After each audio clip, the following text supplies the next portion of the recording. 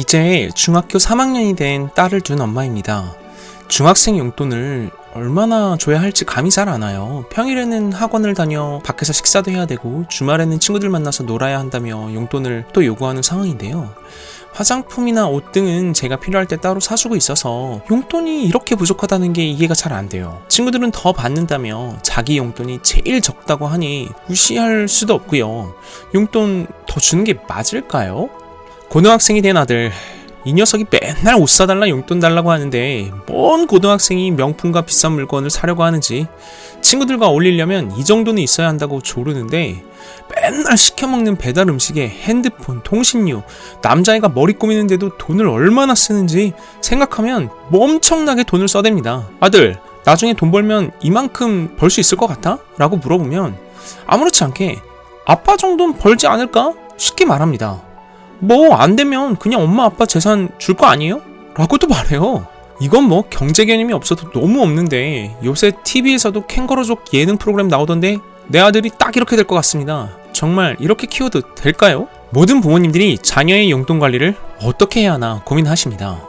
지난 15년간 만나뵌 수천 명의 부모님들 중 자녀의 용돈 관리, 경제 개념 교육을 제대로 하고 계신 부모님을 본 적이 거의 없습니다.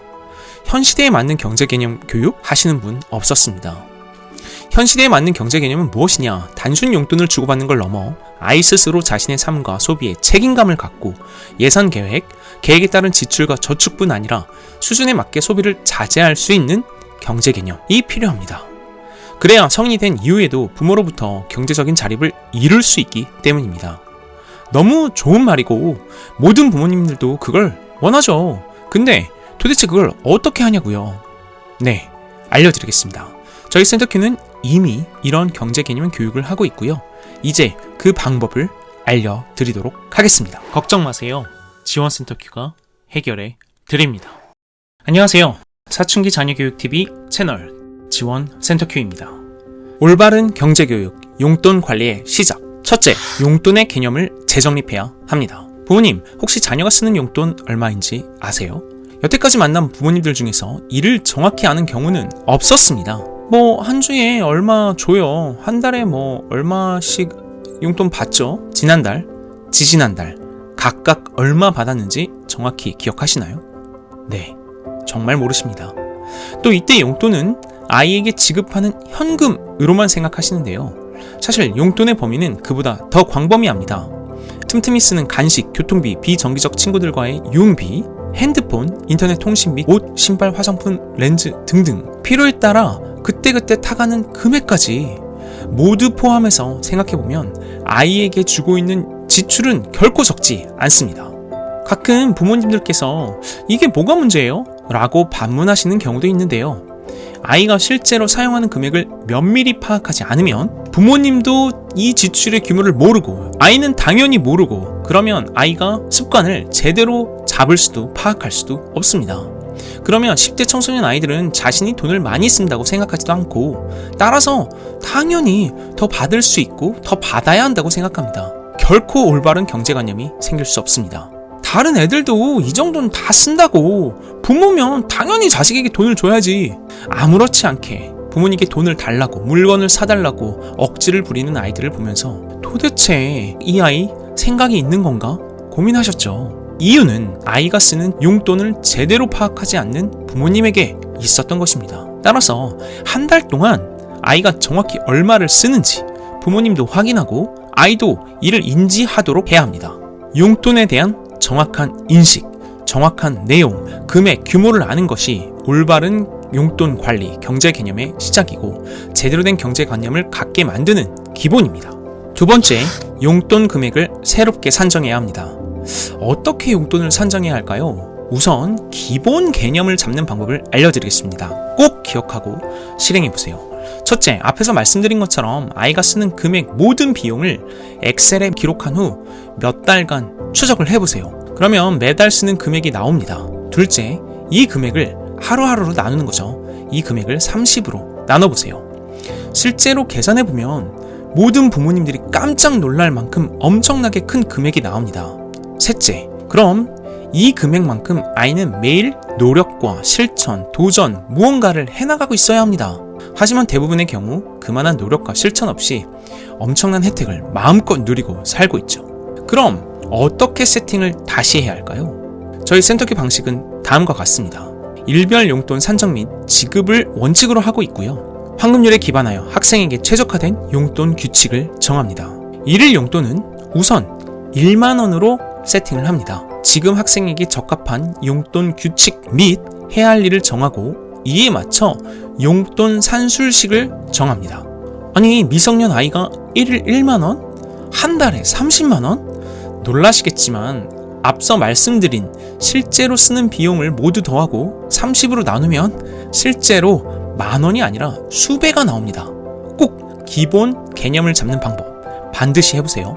그리고 저희는 1일 1만원을 매일매일 전부 다 주는 게 아니고요. 반드시 용돈 산술식에 의거하여 아이가 하루에 노력한 만큼만 정확히 지급합니다. 또한 이 용돈으로 저축도 하고 미리 용돈 계획을 잡아 친구들과 비정기적인 이벤트, 노래방이나 자전거 타러 놀러가기 등등의 지출까지도 스스로 준비하게끔 합니다.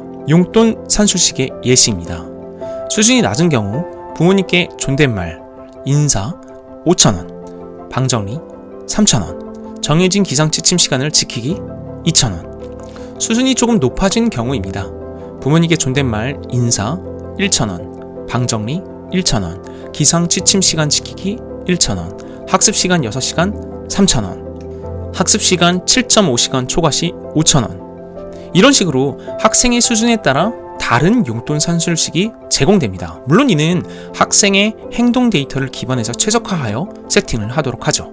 설정되는 용돈 산술식에 대한 기본은 정확한 설정과 일관성입니다. 검소하고 경제 개념이 제대로 잡힌 아이들의 경우에는 문제가 없지만 그렇지 않은 대다수 아이들의 경우 용돈을 지급받은 초기에 전부 소개해버리고 다음을 요구하기 때문입니다. 따라서 아이의 요구에 흔들리지 않고 산정한 금액을 꼭 일관성 있게 지급해 줘야 합니다.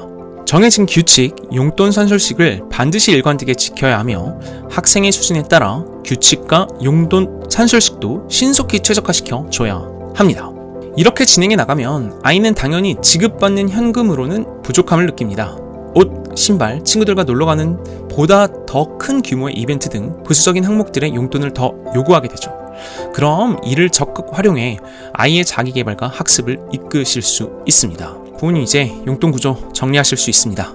용돈 구조는 앞서 말씀드린 것처럼 용돈을 받는 실행 규칙, 용돈 산술식, 그리고 추가적인 보상으로 구성됩니다. 또한 이 용돈 구조는 아이의 학습, 생활 수준에 따라 최적화된 상태로 실시간 업데이트도 해줘야 됩니다. 그리고 많은 부모님들께서 자주 실수하시는 것인데 용돈 구조의 약속이 학습에만 집중되면 절대 안 됩니다. 센터키 환급률 1번, 부모님께 예의, 2번 생활관리를 지키게끔 해야 3번 실행 가능한 자기개발, 즉 학습 시간의 누적을 더 수월하게 이끌 수 있다는 거 반드시 명심하셔야 합니다. 즉 센터키 환급률 1번 부모님께 대한 예의, 2번 생활관리를 꼭 더 중요하게 생각해 주셔야 합니다. 센터키 환급률 궁금하시면 해당 동영상이 있으니 꼭 확인해 주세요. 이렇게 용돈 구조를 최적화시키고 센터키 환급률에 따라 이끌어 나가면 아이가 점차 자기개발 흐름에 재미를 느끼게 되어갑니다. 행동경제학에서는 인간에게는 장기적인 보상보다 즉각적인 보상이 주어졌을 때 더 노력하는 경향, 즉각적 보상 편향이 있다고 말합니다. 또 신경과학에서도 인간의 행동이 보상 시스템에 의해 촉발되며 보상은 행동 수정에 탁월한 영향이 있다고 판단합니다. 따라서 저희가 말씀드린 것처럼 꼭 용돈 구조를 잘 세팅하고 매일매일 실행 내용을 평가하며 이에 따라 용돈을 지급해주세요. 그러면 아이가 놀랍도록 변화되고 성장해 나가는 흐름을 경험하실 수 있습니다. 마지막으로 앞서 만든 용돈 구조를 더 효과적으로 활용할 수 있고 학습 및 자기개발을 지속적으로도 이끌 수 있는 방법 말씀드리겠습니다. 바로 시각화입니다. 환급률 자기개발을 수행하면서 실시간으로 보상 액수를 확인할 수 있다면 당연히 더 효과적인 동기부여가 가능합니다. 보상과 노력의 연결을 명확하게 만들어 노력의 중요성, 노력에 쌓이고 있는 과정을 온몸으로 느낄 수 있도록 돕는 거죠. 학생들은 자신의 노력과 결과를 바로 확인하고 목표 달성을 위한 동기를 지속적으로 유지할 수 있습니다. 이를 위해 시각화, 즉 노력의 내용과 용돈 지급의 내용을 눈으로 볼 수 있게 만들어주는 것입니다. 간단히 거실에 화이트보드 하나 설치하고 매일매일 실행한 내용을 기록하고 그에 맞는 용돈을 적어 놓으시면 됩니다. 그럼 학생이 성취감도 느끼며 자신이 한 노력의 가치를 확실히 인식할 수 있도록 도와주는 중요한 도구가 됩니다. 저희 나우즈 시스템은 이러한 즉각적이고 가시적인 보상 체계를 시각화해서 제공하며 학생이 자기개발 과정에서 자신의 행동 데이터를 기반으로 실시간 피드백을 받을 수 있도록 지원합니다. 저희 나우즈 시스템은 현재는 센터큐어 프로그램을 진행하는 학생들에게만 오픈되어 있으나 올해 2025년 가을경에는 더 많은 분들이 사용하실 수 있도록 오픈될 예정입니다. 그러니 우선 위 화면 구성 요소를 기억하시고 이렇게 화이트보드에 작성해서 아이와 소통해 주시면 더욱 좋습니다. 꼭 기억하세요. 사춘기 자녀의 용돈 관리, 경제적 자립을 위한 필수 요소입니다. 용돈을 정확하게 개념을 잡고 정의를 하며 소개드린 방법에 따라 아이의 용돈 금액을 재산정해 주세요. 그리고 즉각적이고 가시적인 용돈의 보상 체계를 활용하시면 경제 개념뿐 아니라 학습 및 자기개발, 자아인식의 개념까지 함양하는 성숙한 단계로 성장시켜 나갈 수 있습니다. 열심히 영상을 숙지하고 노력해 봤음에도 아이의 용돈 관리 문제를 대처하기 어려우시다면 언제든 저희 센터큐에 상담 신청해 주세요. 또한 댓글로도 어려움을 남겨주시면 저희가 사연을 선정하여 구체적인 대응 방법을 또 안내해 드리도록 하겠습니다. 끝까지 시청해 주셔서 감사합니다. 좋아요, 구독, 댓글은 저희에게 큰 힘이 됩니다. 꼭 부탁드리겠습니다. 감사합니다. 걱정 마세요. 지원센터큐가 해결해 드립니다. 좋아요, 구독, 댓글은 저희에게 큰 힘이 됩니다. 꼭 부탁드리겠습니다. 감사합니다.